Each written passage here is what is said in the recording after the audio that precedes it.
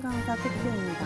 오늘은 제가 189 인비테이션 받고 점수 브레이크다운하고 서류 어떻게 제출했는지에 대해 정리하는 영상입니다. 저는 2024년 11월 7일에 75점으로 인비테이션을 처음 받았고, 그리고 바로 다음 날인 11월 8일에 로찌를 했고요. 그리고 근무를 피한 가장 빠른 날이었던 11월 13일에 신체 검사를 완료했습니다. 그리고 나서 2025년 2월 5일 약 3개월 만에 189 비자 그란트를 받았습니다. 저는 중간중간 다른 비자 준비를 했었기 때문에 거의 모든 서류가 완비가 되어 있는 상태였어요. 그래서 바로 다음날 로찌 하는데 크게 어려움이 없었고, 하루 정도 약간 집중해서 준비하면 되는 정도의 어려움이었던 것 같아요. 당시 24년 11월 인비테이션 기준으로 했을 때 로찌 할 때 1, 2주일 정도 차이가 비자 그란트에서 지금 몇 달씩 차이가 나고 있고, 당시에 12월이 넘어가서 로찌 하신 분들은 그란트가 아직 아예 안 나고 있는 분들도 계시기 때문에 이 영상을 시청하시는 분들이 한국에 들어오실 때나 혹은 비자를 준비하시면서 미리 서류를 준비하셨으면 하는 마음으로 만듭니다. 일단 제 점수 브레이크다운을 해보자면, 나이 점수는 30점으로 만점 크라이테리아에 들어있었고, 영어는 프로피션트로 10점을 받았고, 학력은 바첼러로 15점, 그리고 한국 경력은 5년 이상으로 10점 이상, 호주에서 경력은 1년 미만인 상태에서 비자를 받았기 때문에 점수가 없었고요. 그리고 파트너가 없어서 10점으로 총 75점이었습니다. 안매 코드는 크리티컬 케어 앤 이머전시이고요. 다음은 189 인비테이션 수령 후 과정입니다. 이 과정에서 일단 서류부터 제출하는 게 아니라 개인 정보들을 차례대로 넣은 뒤에 서류를 업로드하게 되는데요. 비자 로찌는 꼭 인비테이션을 받은 뒤 60 캘린더 데이즈 안에 완료를 해야 돼요. 그래서 저희한테 주어지는 시간은 딱 2달 정도 있고요. 그래서 미리미리 서류를 준비해 놓는 게 더 중요한 것 같습니다. 개인정보 입력하는 거는 생각보다 되게 간단해요. 그냥 꼼꼼하게 정확하게만 하는 정도이고요. 이거 할 때 유의사항 딱 2가지가 있는데 그것만 한번 짚고 넘어가고 뒤에는 서류 설명 한번 해보려고 해요. 첫 번째로 어려웠던 거는 지금까지 거주한 모든 주소를 적어야 됩니다. 저는 정말 이사가 많았기 때문에 주소를 몇십 곳을 적은 것 같거든요. 근데 이게 기간도 기간이지만 위치도 위치고 순서도 순서고 그게 되게 복잡해요. 근데 저는 이제 비자를 준비하면서 사실 그거를 한번 0세부터 해서 현재까지 쭉 적어 놓은 적이 있어요. 호주에서도 주소를 따로 등록은 안 하지만 그 운전면허증 주소를 이제 바꿔가면서 거주지를 이동하거든요. 그런 주소들도 뭐 단기로 2주 살고 4주 살았어도 다 적어놓은 상태였었어요. 근데 일단 한국 주소는 조금 쉬울 수 있는 게, 모든 주소는 그냥 초본에 있는 그대로 똑같이 제출하시면 됩니다. 그래서 들어가고 나가고 하는 날짜가 살짝 헷갈릴 수 있기 때문에 꼼꼼하게 작성하시고 초본에 나와 있는 0세부터 순서대로 쭉쭉쭉쭉 작성하시면 되고요.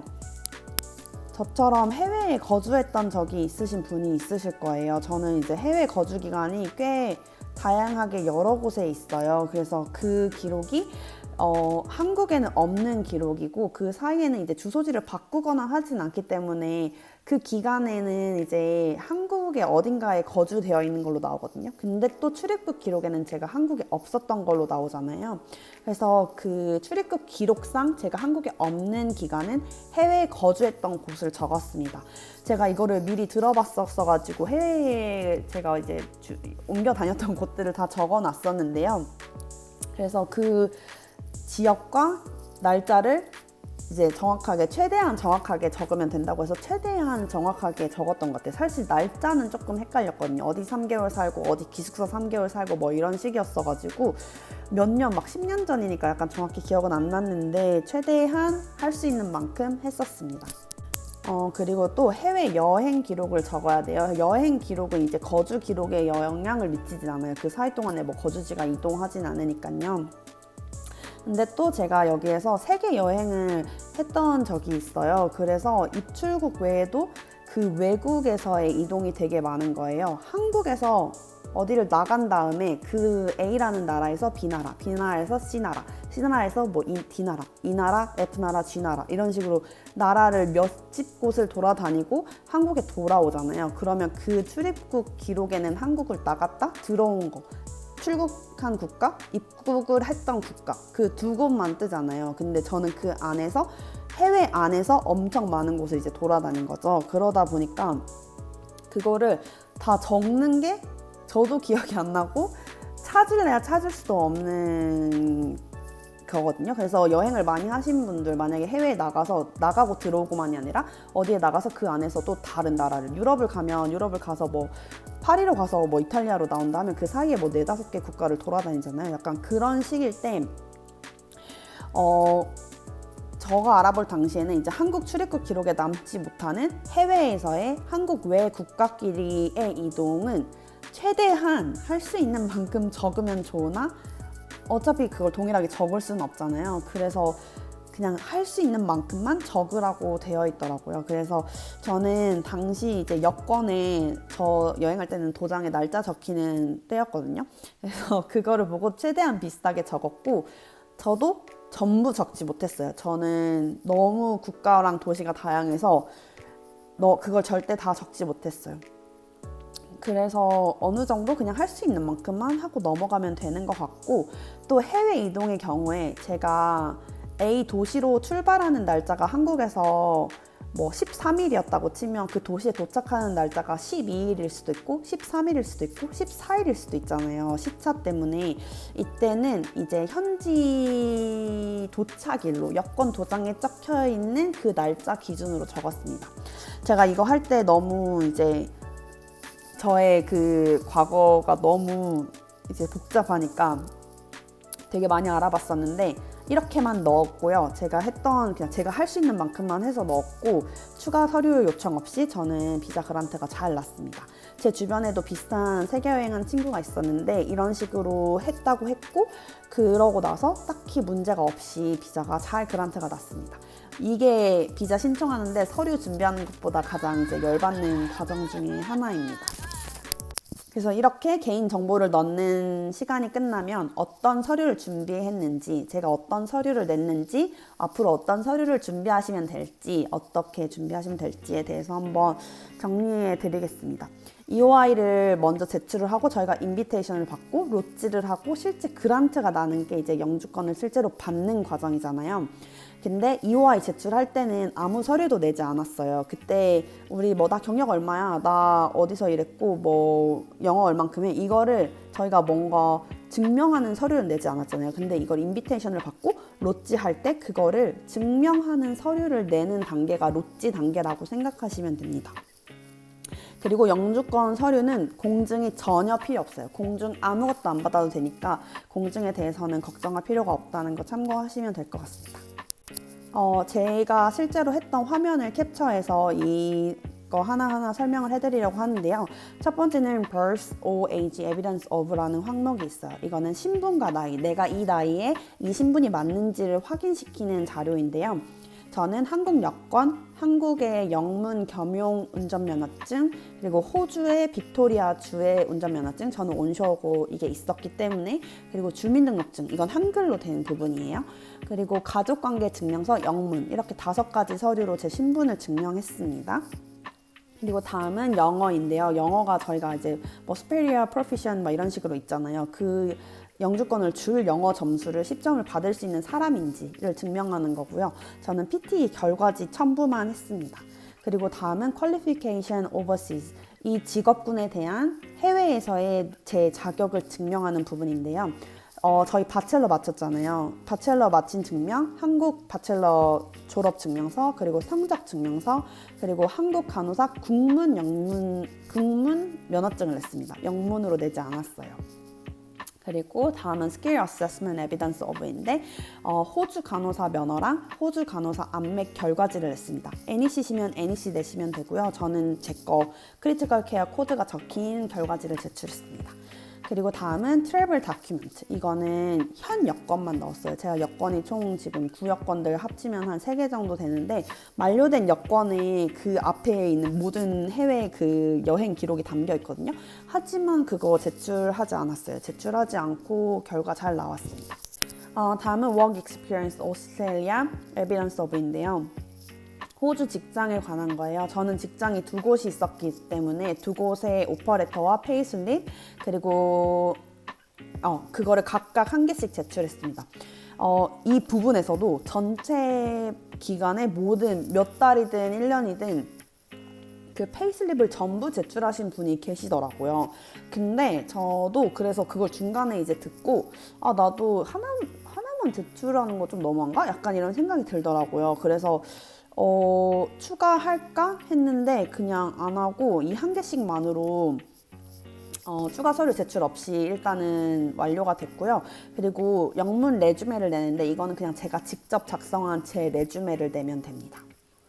그리고 Work Experience Overseas인데요. 저는 한국에서 한 직장에만 일을 해가지고 그 직장에서 떼어준 영문 경력 증명서, 저희 병원 로고 들어가는 경력 증명서가 있었고, 그리고 영문 국세청 소득금액 증명원을 내면 되는데, 이거는 대한민국 국민 누구나 그냥 그 일을 하면 다 세금을 내잖아요. 그 세금을 내는 모든 사람들은 국세청에 들어가면 이 서류를 뗄 수가 있어요. 그래서 이 서류를 제가 처음 일한 해부터 마지막까지 다 냈고, 제가 뭐 아르바이트나 단기 뭐 이런 알바를 한 게 있었거든요. 근데 이게 제가 어렸어가지고 그런 걸 몰랐는데 국민연금 이런 거 안 넣어주셨더라고요. 그래가지고 그런 게 제가 없더라고요. 그리고 세금 낸 내역도 이런 게 뭐가 없더라고요. 그래서 그거는 그냥 제했어요. 근데 어차피 간호사로 일한 거는 한 직장이고 이거밖에 없기 때문에 그냥 제가 간호사로 일한 거에 대한 영문 국세청 소득금액 증명원만 냈습니다. 그리고 제가 옛날에 무슨 강의 같은 거에서 강의료를 받았는데 이게 약간 인지세처럼 들어오는 돈이 있었거든요. 그거에 대한 것도 여기에 포함이 되기는 했는데 크게 상관없는 것 같아요. 그냥 간호사로 일했던 경력을 증명할 수 있는 그 간호사 기간에 대한 그 세금 증명서가 있으면 되고, 그리고 저는 사학연금 재단이어가지고 사학연금 증명서를 냈습니다. 총 이렇게 3가지만 안 냈어요. 근데 이 부분에서 추가로 낼 수 있는 서류가 되게 많아요. 이게 왜 귀찮냐면 로찌를 한번 하고 나서 추가 서류를 요청을 받으면 그건 좀 빨리 처리되긴 하거든요. 근데 그런데도 서류를 왔다 갔다 하고 그 사람이 확인해주고 이런 과정을 거치면 그 상태가 점점 이제 그냥 한 번에 할 수 있는 게 조금씩 밀리는 거잖아요. 그래서 저는 더 넣는 거는 문제가 없다고 생각해요. 그래서 여기서 추가로 낼 수 있는 서류들이 있어요. 영문으로 이제 병원에서 떼주는 원천 징수 영수증이란 게 있거든요. 저도 한국에서 있었어요. 근데 이게 PDF 다운이 안 되는 거예요. 그래가지고 그거를 이제 그 총무팀에 막 요청하고 뭐 어쩌고 해야 되는데 그게 좀 귀찮아서 그냥 안 냈고요. 그리고 건강보험 자격특실 확인서란 게 있어요. 이것도 저희가 돈을 내면 건강보험을 떼가잖아요. 그러면서 받는 그 서류잖아요. 근데 이것도 제가 호주에 있는데 이거에 직접 가서 떼야 된다고 여기서 그러는 거예요. 그래서 직접은 못 가겠다. 근데 안 내고도 받은 사람이 꽤 있네 싶어서 그냥 저는 이거 안 냈습니다. 그리고 3번째는 저는 사학연금이었지만 국민연금 가입 증명서가 있거든요. 국민연금 뭐 직장을 다니셨으면 이게 있을 거예요. 그래서 국민연금 가입 증명서를 제출하기도 합니다. 그래서 이제 저는 국민연금 대상이 아니고 나머지 2개는 모르겠어요. 그냥 안 했거든요. 그냥 뭔가 세금 그걸로 될 것 같아서 그냥 안 했는데 저는 추가 서류 없이 그냥 해결이 됐습니다. 그렇지만 만약에 추가 서류를 받아서 이제 스트레스를 받을 것 같다. 이게 기간이 길어지는 게 너무 싫다. 이러면 구할 수 있으면 그냥 다 넣는 게 저는 가장 속 편한 일이라고 생각하기는 합니다. 그래서 이런 것들이 있다는 거 생각하시고 더 준비하시면 좋을 것 같고요. 그리고 나머지는 캐릭터 히스토리 에비던스 오브 코리아 사우스 이렇게 써 있는데 저는 면허 전환 받으면서 했던 피트웍을 여기서 써먹었거든요. 이게 거의 1년 뒤인데 괜찮았어요. 1년이 더 넘은 뒤긴 한데 그냥 괜찮았거든요. 그래서 저는 이걸 썼고요. 그리고 호주에 와서 거주했기 때문에 호주에 대한 이제 경찰 뭐라고 하죠? 그거 범죄 경력 증명서 그게 필요했던 거예요. 그래서 호주용은 AFP라는 거라서 이게 한 7, 80불 했던 것 같고요. 저기 보면 이거 보면 제가 오버시즈라고 해놓긴 했는데 어떻게 해서 제출해야 되는지 그게 항목이 뭔가 그 맞는 게 없다고 생각해가지고 제가 이걸로 했던 것 같아요. 그래서 그냥 오버시즈라고 되어 있지만 호주에 대한 거입니다. 그리고 마지막으로 페이셜 이미지는 저는 이제 비자 사진으로 업로드 했는데 사진이 이제 페이셜 익스프레션이 있으면 안 된다고 하더라고요. 그래서 규격은 상관이 없었던 것 같아요. 저는 비자 사진으로 했고 어떤 분은 그냥 증명 사진으로 했다고 하시거든요. 근데 저는 비자 사진으로 했고 사진은 그냥 이렇게 무표정에 그냥 포샵 많이 안 된 그런 사진이었는데 잘 통과가 됐습니다. 이렇게 해서 그날 밤에 해가지고 바로 비자 로찌를 했고요. 그리고 나서 바로 브리징 이메일이 왔습니다. 저는 워킹홀리데이 비자였기 때문에 그란트가 날 때까지 이제 일할 비자가 필요했었거든요. 그것 때문에 제가 사파리를 찾아서 엄청 이렇게 고생을 하고 있던 중에 지금 이걸 받은 거잖아요. 그래서 브리징 이메일이 왔고 워홀이 끝나고 잠시 브리징 비자로 거의 2달 반, 3달 정도를 거의 있었어요. 거의 브리징 제가 이제 3개월 정도 그 업무 오퍼 레터를 연장을 했었는데 그 중간에 제가 그란트를 받았거든요. 그게 끝나갈 쯤에. 그래서 브리징 A로 한동안 있었고 그리고 나서 약 3개월이 좀 안 됐을 때 정식 비자가 그란트가 되었었어요. 브리징 비자에서 주의해야 될 점은 브리징 A를 처음에 줘요. 이제 브리징 A를 주면 저는 인비 접수한 다음 날인가 브리징 비자가 왔는데 그 비자에 보시면 뭐 planning to travel? 너 여행 갈 계획 있어? 이렇게 질문하는 뭐 항목이 있어요. 근데 브리징 A일 때는 리턴이 안 되는 비자거든요. 브리징 A일 때 호주 밖을 나가면 호주에 다시 못 들어오는 거예요. 그래서 브리징 여행을 가려면 브리징 A에서 브리징 B로 바꾸고 나가야 들어올 수 있다고 해요. 근데 브리징 그걸 모르고 그냥 나가신 분이 해외에서 브리징 B를 신청해가지고 이제 들어왔다는 얘기는 있거든요. 근데 어쨌든 브리징 A, B로 전환을 해야 호주를 나갔다 들어올 수 있다는 점은 꼭 중요하니까 알고 있어야 합니다. 그리고 이후에 이제 정식 그란트가 나면 메일로 그란트가 되었다고 오는데요. 이 비자도 보면 이제 여러 가지 컨디션이 나와 있어요. 이제 사실 영주권이라서 사실 딱히 막 그렇게 신경 쓸 사항은 이제 더 이상은 없거든요. 근데 여기서 가장 많이 이용하시는 게 AMEP라고 해서 어덜트 이미그런트 뭐 잉글리시 스터디 이런 게 있거든요. 공짜 영어 수업이에요. 그래서 이것도 다음에 조금 더 자세히 알려드리면 좋을 것 같아요. 이거 많이 활용하시더라고요. 그리고 제가 조금 계속 미루고 있지만 블로그를 만들어 이제 이런 내용들을 조금 정리해 두려고 하는데 추후에 제가 올려둘게요. 그래서 거기 참고하시면 좋을 것 같습니다. 다음은 이제 비자 준비하면서 많이 헷갈려 하시는 부분들을 모아서 와보려고 하는데요. 그럼 다음 영상 많이 기다려주시고 구독과 좋아요, 댓글, 알림 설정까지 부탁드립니다. 감사합니다.